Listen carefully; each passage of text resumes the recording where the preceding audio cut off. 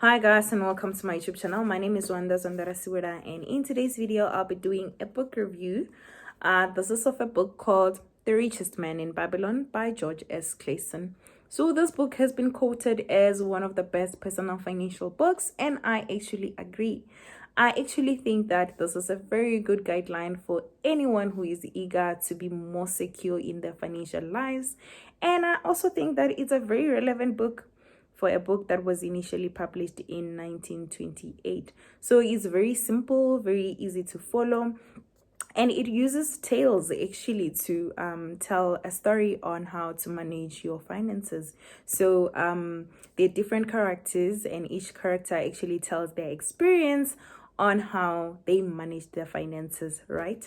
So in this video I'll actually share with you guys the background of the book, as well as what I found as a highlights, and what I liked and didn't like in the book, and my extra tokens of appreciation of extra lessons that I got from the book. Right, so yeah, let's get started. Okay, maybe before we can continue, this book is actually about 150 rand in Take-A-Lot, and you can get it for 185 rand in exclusive books, right? So yeah, let's get started. So the background of the book is that the author used to write a series of parables for Babylonian people. So they used to be given away to the citizens so that they can learn how to manage their finances and grow in their finances. So this book is actually a compilation of those pamphlets. It's actually different separate stories. However, it's set in Babylon and it's set in the same time.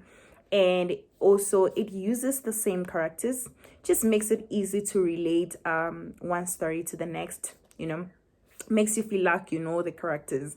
So it's actually good, right? So one of the famous chapter, or one of the famous pamphlet, is the one called The Richest Man in Babylon, and hence the name of the book, I guess. It's actually of a man who is the richest man in Babylon. His name is Akkad, who was invited by the king of Babylon, and he asked Akkad to actually share some of the things that he thinks are his secrets of getting rich or becoming wealthy. So Akkad went on to share what is called the 7 cures of a lean purse, and I'm actually going to share with you guys what those are, because they were my highlight of the book.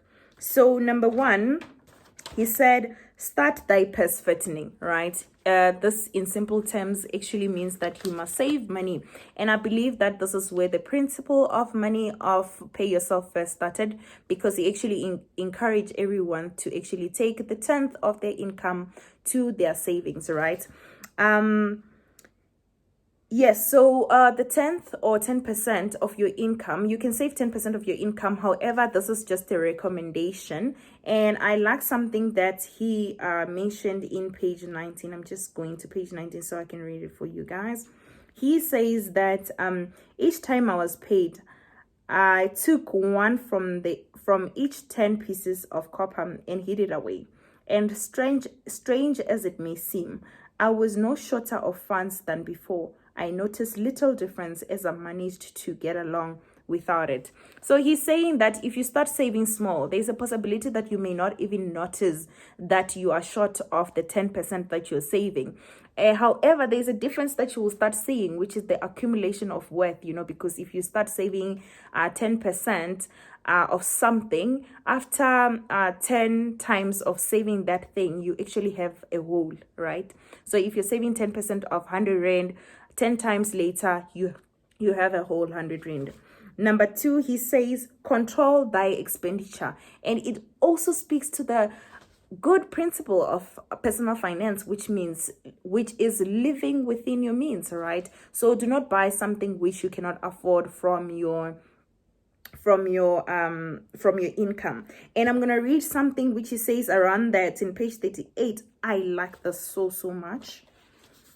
I like this very, very much. So he says, now I will tell thee an unusual truth about men and sons of men. It is this, that what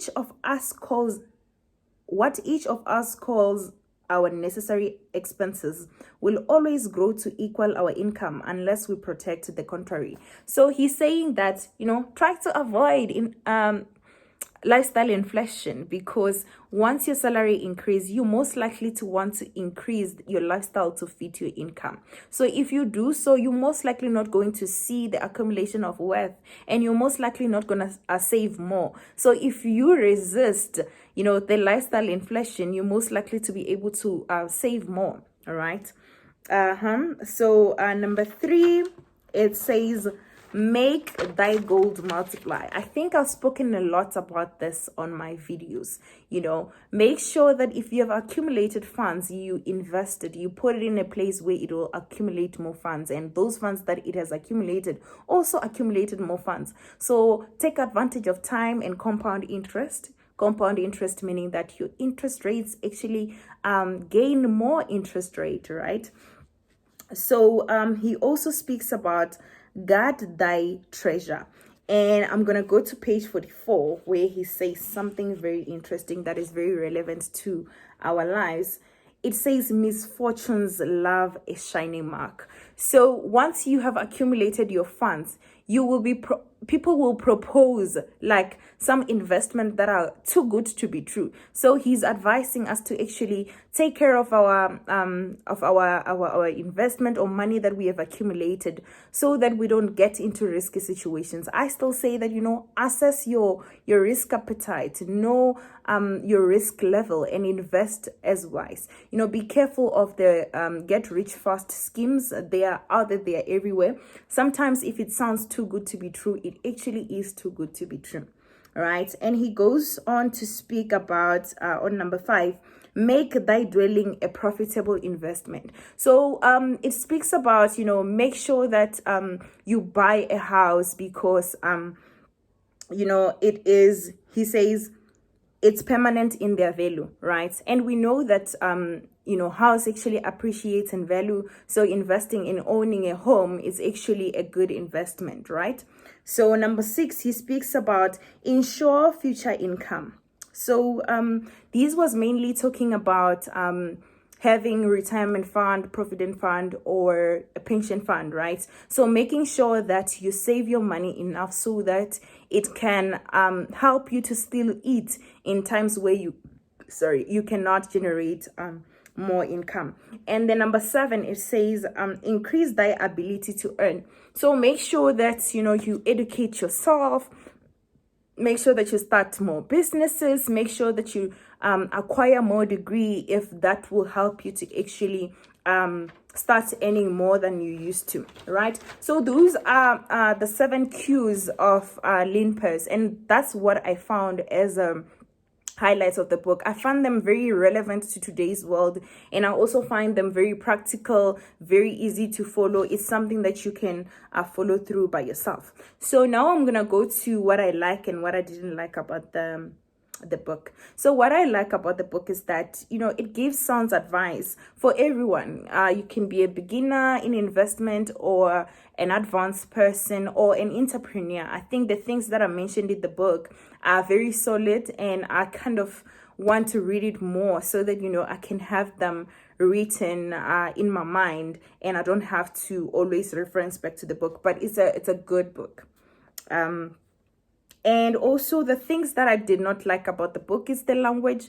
It used thy, thine, though, and it's just a confusing language. It's just a confusing language, so that's something that I didn't like about the book. It just makes it tedious, I guess. So extra additional lessons that I learned from the book would be: money is plentiful for those who understand the simple laws of making it. And it says, another one that I wrote is that it costs nothing to ask for advice. And also, do not take a financial advice from a brickmaker. Find someone who understands that subject. I just want to elaborate on that, So I know there's a story in the book that addresses this, but it's saying that, don't ask for financial advice from a brickmaker. It's just saying that if someone doesn't understand finances, rather go to someone who does understand. Also, I say it's very important to actually educate yourself in finances, so that when you go to experts like financial advisors, you already know what they're offering, because sometimes they may offer you something that you don't understand and you might just agree because of lack of understanding. So having a background knowledge will help you that whatever that they want to put in your portfolio, you are in agreement for, and you actually know how it will benefit you. So that's how it helps to educate yourself. And another one is, if you are in debt, you can live in 70% of your income, take 10% to your savings and 20% to repay your debt. I think in this chapter he was talking about consolidation of debts and actually making sure that you take small amounts of money, which he refers to as 20%, to repay your debt, and soon enough it would have been paid off. That's it from my side. If you like this video, please give it a thumbs up. Make sure that you comment and highlight the things that have been of a light bulb for you, and also be sure to subscribe. Thank you guys. Bye.